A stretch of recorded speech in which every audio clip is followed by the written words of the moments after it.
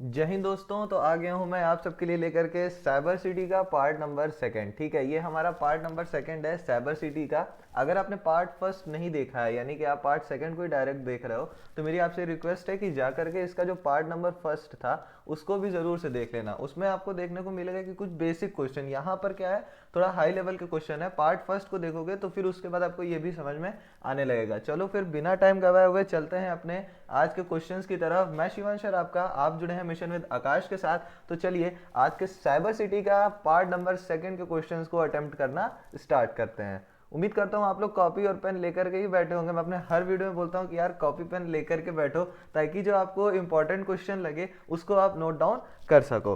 ठीक है, चलो फिर आज का जो अपना फर्स्ट क्वेश्चन है वो कह रहा है a licence allows a user to use copyrighted material. अब इसको एक बार हिंदी में पढ़ लेते हैं। देखो क्वेश्चन को सिर्फ इंग्लिश में पढ़ के मत छोड़ा करो, अगर समझ में आ रहा है फिर भी एक बार हिंदी पढ़ लिया करो, अच्छा रहता है वो। ठीक है, चलो हिंदी में इसको पढ़ते हैं। एक लाइसेंस उपयोगकर्ता को कॉपीराइट सामग्री का उपयोग करने की अनुमति देता है। हमसे ये बोल रहा है कि जो हमारे पास लाइसेंस होता है, जैसे कि अगर मैं ही आपको यूट्यूब पे पढ़ा रहा हूँ, ठीक है, तो अगर हमारे पास लाइसेंस है और उस लाइसेंस की मदद से क्या हम कॉपीराइटेड जो मटेरियल है, जो कॉपीराइट वाला मटेरियल है, उसको भी हम लोग यूज कर सकते हैं कि नहीं कर सकते। यानी कि जिसपे कॉपीराइट वाले वो लगे हुए, कॉपीराइट का रिस्ट्रिक्शन लगा हुआ है, तो हम लाइसेंस के थ्रू उसको भी कॉपी कर सकते हैं कि नहीं कर सकते हैं। ऑप्शन क्या क्या है हमारे पास? A false, B true, C can not be said, या फिर D none of the above. Can not be said का मतलब होता है कि आप कंफर्म नहीं हो कि आप ट्रू बोल रहे हो या फॉल्स बोल रहे हो, ओवरऑल आपको नहीं पता।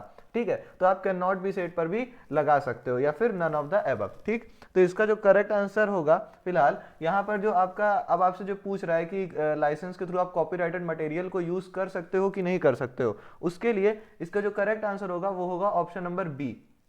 यानी कि अगर हमारे पास लाइसेंस है तो उस लाइसेंस के थ्रू हम जो कॉपीराइटेड मटेरियल होता है, सिर्फ यूट्यूब पर ही नहीं, वेबसाइट्स पर, या हम लोग जो ऐप्स यूज करते हैं प्ले स्टोर्स के थ्रू, अगर उस पर भी कॉपीराइटेड, वैसे तो सारे ऐप्स पर लगा होता है, लेकिन अगर हमारे पास लाइसेंस है और उन्होंने पेटेंट नहीं करवा रखा, तब हम उस लाइसेंस के थ्रू उस कॉपीराइट मटेरियल को भी यूज हम कर सकते हैं। चलो अब आगे बढ़ते हैं आज के क्वेश्चन नंबर सेकंड की तरफ। क्वेश्चन नंबर सेकंड काफी बड़ा है ये तो, लेकिन फिर भी इसको एकदम आराम से पढ़ना, और हिंदी और इंग्लिश दोनों लैंग्वेजेस को पढ़ा करो, हर बार मैं बोलता हूं। ठीक है, चलो। It is a program or hardware device that filters the information coming through an internet connection to a network or computer system.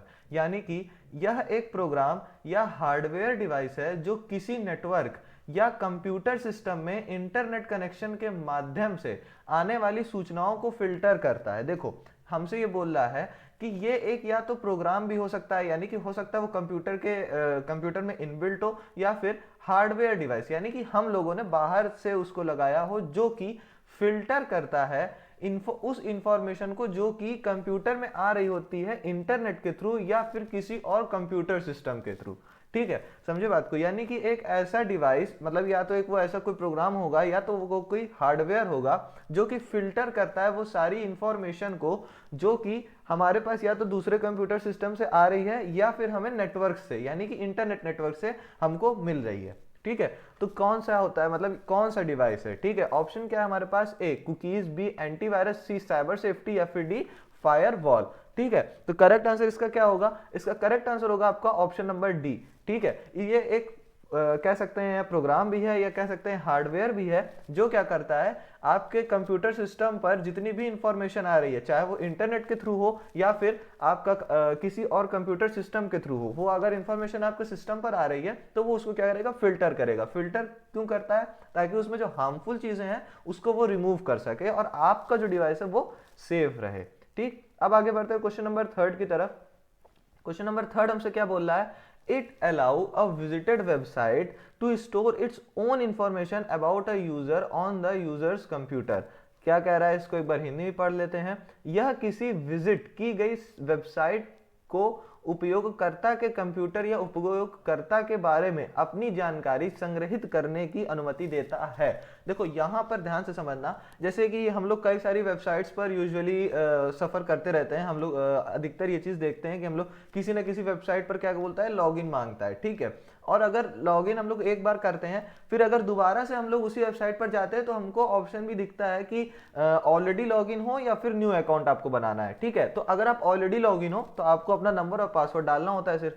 ठीक, तो इसी चीज को पूछ रहा है कि ये किस चीज के थ्रू हम वेबसाइट्स को, मतलब जो वेबसाइट्स होती हैं वो क्या करती हैं, आपकी इंफॉर्मेशन को सेव करके रखती हैं। ठीक है, यूजर जो भी आपके विजिटेड है, मतलब जिस भी वेबसाइट पे आप विजिट कर चुके हो उसके बारे में वो क्या करेगा, आपको आप जिस पे विजिट कर चुके हो वहां पे आपकी इंफॉर्मेशन क्या रहेगी, सेफ रहेगी। ठीक है, तो चलो फिर अभी इसके ऑप्शंस पर चलते हैं कि किस चीज के थ्रू ये चीज होती है। ठीक है, option first cookies, B spam, C malware या फिर डी एडवेयर। ठीक है, तो इसका करेक्ट आंसर क्या हो जाएगा, इसका करेक्ट आंसर होगा आपका ऑप्शन नंबर ए यानी कि कुकीज। ठीक है, कुकीज इसका करेक्ट आंसर होगा कि मतलब कुकीज के थ्रू आपने देखा होगा कुकीज हमारे फोन्स पर या हमारे जो वेब ब्राउजर हैं उन पर क्या होती हैं, ऑटोमेटिकली क्या होती हैं, सेव होती चली जाती हैं। ठीक है, इसी सेव होने को हम लोग क्या बोल रहे हैं, कुकीज बोल रहे हैं। ठीक है, कुकीज बोला जाता है। चलो अब आगे बढ़ते हैं क्वेश्चन नंबर अपने फोर्थ पर। क्वेश्चन नंबर फोर्थ हमसे क्या बोल रहा है, इट इज स्टीलिंग आइडियाज और क्रिएशंस ऑफ अदर्स, यह दूसरों के विचारों या कृतियों को चुरा रहा है। देखो अब यहां पर हमसे क्या बोल रहा है कि नीचे दिए गए ऑप्शंस में से कौन सा ऐसा ऑप्शन है जो कि दूसरों के आइडियाज को या दूसरों के क्रिएशंस को चुरा रहा है, यानी कि जो वो सोचते हैं हम वही कर लेते हैं। ठीक है, या फिर ऐसा कह सकते हैं कि वो जो करने वाले होते हैं उनका जो प्लान डिसाइड होता है उसको हम लोग कर लेते हैं। ठीक है, चुरा करके हम लोग कर लेते हैं। ठीक, तो इस चीज को क्या बोलते हैं, option A intellectual property rights, B plagiarism, C piracy या फिर D all of the these. ठीक है, ऑल ऑफ दीज होना चाहिए, द नहीं होना चाहिए यहाँ पर। ठीक है, चलो फिलहाल अब क्या होगा, intellectual property rights, plagiarism, piracy या फिर ऑल ऑफ दीज। ठीक है, तो इसका जो करेक्ट आंसर होगा, इसका करेक्ट आंसर होगा ऑप्शन नंबर डी यानी कि ऑल ऑफ दीज इसका करेक्ट आंसर होगा। देखो क्वेश्चंस जो आपको अच्छे लगे प्लीज उन्हें नोट डाउन करते हुए चलना, मेरी वीडियो देखते टाइम कॉपी और पेन लेकर के बैठा करो, मैं अपनी हर वीडियो में बोलता हूं। ठीक है, अब चलो आगे बढ़ते हैं क्वेश्चन नंबर फिफ्थ की तरफ। क्वेश्चन नंबर फिफ्थ हमसे क्या बोल रहा है, hacking a computer is always illegal and punishable by law, यानी कि कंप्यूटर को हैक करना हमेशा गैर कानूनी और कानूनन दंडनीय होता है। यानी कि हमसे यहाँ पर ये पूछ रहा है कि जैसे कि लोग कंप्यूटर्स को हैक कर लेते हैं। ठीक है, तो वो जो हैकिंग होती है वो हमेशा इलीगल होती है और पनिशेबल बाय लॉ होती है। ठीक है, यानी कि दंडनीय होती है और गैर कानूनी भी होती है हमेशा। ठीक है, तो अब यहाँ पर हमसे पूछ रहा है कि ये जो स्टेटमेंट है ये ट्रू है या फॉल्स है, तो option A false, B true, C can not be said या फिर D none of the above. तो इसका जो करेक्ट आंसर होगा वो होगा बी यानी कि ट्रू। ठीक है, यानी कि हैकिंग जो है वो हमेशा इलीगल और पनिशेबल बाय लॉ होती है। ठीक, अब आगे बढ़ते हैं क्वेश्चन नंबर 6 की तरफ। क्वेश्चन नंबर 6 हमसे क्या बोल रहा है, exploring appropriate and ethical behavior related to online environments and digital media। अब इसको हिंदी में पढ़ते हैं, ऑनलाइन वातावरण और डिजिटल मीडिया से संबंधित उचित और नैतिक व्यवहार की खोज करना। अब हमसे बोल रहा है कि ये जो चीज होती है, यानी कि अगर सिर्फ इंग्लिश पढ़ें या फिर सिर्फ हिंदी पढ़ें, तो ये जो चीज है इस पूरे प्रोसेस को अगर हम एक वर्ड में कहें तो क्या बोलेंगे। ठीक है, या फिर हम इसको ऐसे भी कह सकते हैं, अगर इसके आगे लिखा होता है कि digital media is known as, ठीक है, तो मतलब एक वर्ड में हम इसको क्या कहेंगे। ठीक है, तो exploring appropriate and ethical behaviour related to online environments and digital media, यानी कि हम जो ऑनलाइन एनवायरमेंट के बारे में सर्च करें या डिजिटल मीडिया के बारे में जो हम लोग सर्च करते हैं, लेकिन एथिकल बिहेवियर में यानी कि लीगल चीजों के बारे में अगर हम सर्च करते हैं तो उसे हम लोग क्या बोलते हैं। Option A cyber security, B cyber ethics, C cyber law या फिर डी साइबर सेफ्टी। ठीक है, तो इसका जो करेक्ट आंसर होगा वो होगा बी यानी कि साइबर एथिक्स। इसका करेक्ट आंसर क्या हो जाएगा, साइबर एथिक्स। अब चलो आगे बढ़ते हैं क्वेश्चन नंबर 7 की तरफ। क्वेश्चन नंबर 7 हमसे क्या बोल रहा है, which of the following is digital certificate standard. देखो सबसे पहले यहां पर एक चीज नोट कर लेना, DCS, कई बार ये फुल फॉर्म्स पूछता है, DCS डिजिटल सर्टिफिकेट स्टैंडर्ड।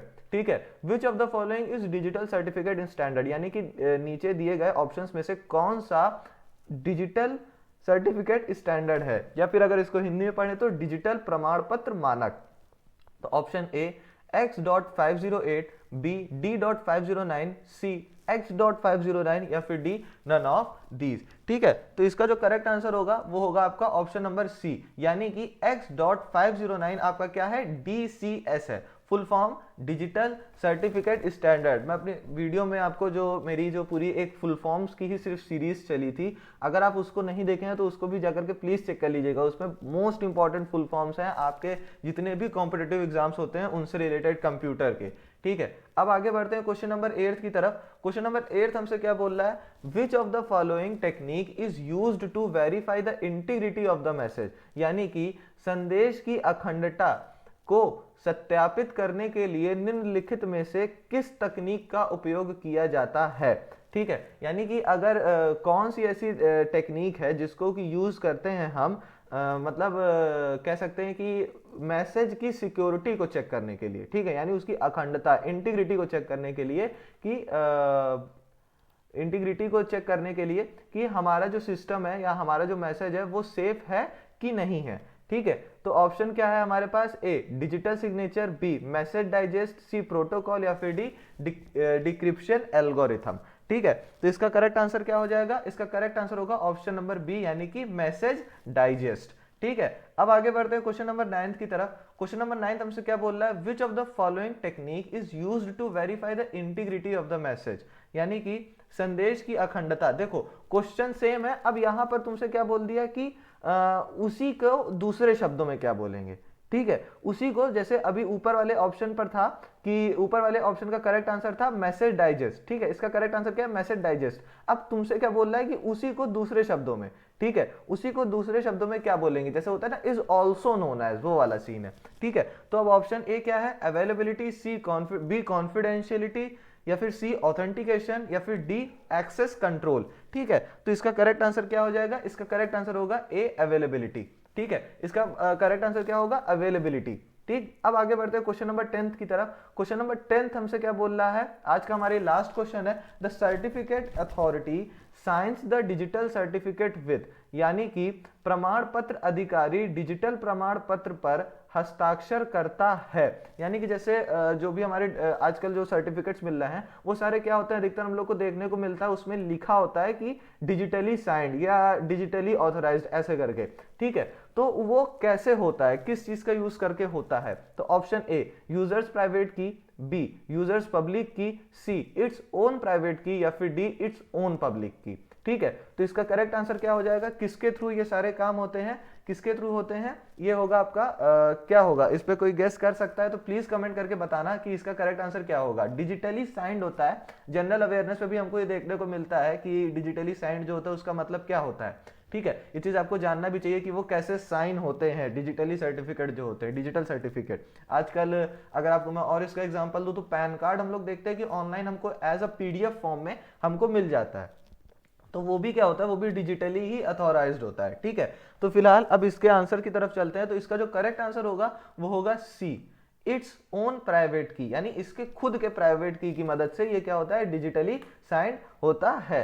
चलो फिर आज के वीडियो में इतना ही। उम्मीद करता हूं आपको सारे क्वेश्चन समझ में आए होंगे। कोई भी क्वेरी हो, कुछ भी आपको समझ में ना आया हो, या फिर कोई भी आपको नया टॉपिक चाहिए हो, जो टॉपिक आपको अच्छा लगे उसका नाम के साथ, आप जरूर से हमारे कमेंट बॉक्स में बताइएगा। वीडियो को लास्ट तक देखने के लिए धन्यवाद। मिलते हैं नेक्स्ट वीडियो में। जय हिंद।